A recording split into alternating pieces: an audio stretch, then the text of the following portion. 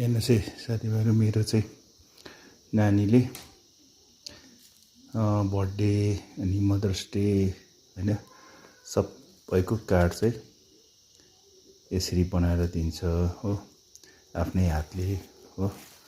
कस्तो लाग्छ तपाईँलाई? यो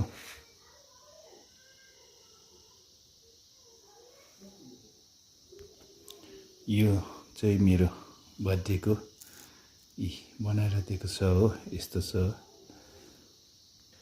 अनि यो अर्को चाहिँ हाम्रो भ्यालेन्टाइन डे को कार्ड चाहिँ साथीभाइ हो, यसरी बनाउँछ।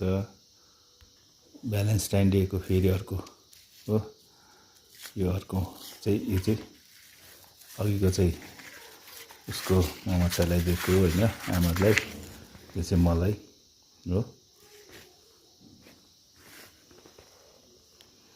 कस्तो लाग्यो लाइक शेयर कमेन्ट गर्नु होला है। यो चाहिँ अर्को स्टाइलले बनाएको चाहिँ साथीहरु हेर्नु होला। यो यस्तो बनाएको चाहिँ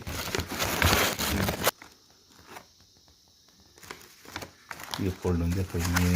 मेरोमा चाहिँ मेरो चाहिँ यस्तो दुःख लाग्दो छ नि त, मेरो चाहिँ क्यामेराम्यान छैन, आफै हो। यसरी यो गर्छ है, बनाउँछ नानीले। सानो भाइको लागि, उसको भाइको लागि चाहिँ बर्थडेको कार्ड फेरि यहाँ सानो दामी बनाएको पनि विशेषहरू यसरी लेख्छ है। फेरि अर्को स्पेसल फेरि यहाँ छ मेरो लागि। यो भित्र चाहिँ विशेषहरू लेखेको छ, फुल बनाएको छ है। यो टक्रेभित्र चाहिँ यस्तो लेखेर हालेको छ, के लेखेर हालेको छ। यी दामी बनाउँछ यी उसको आमा चाहिँ है। यस्तो मेहनत गर्छ यसले चाहिँ हो।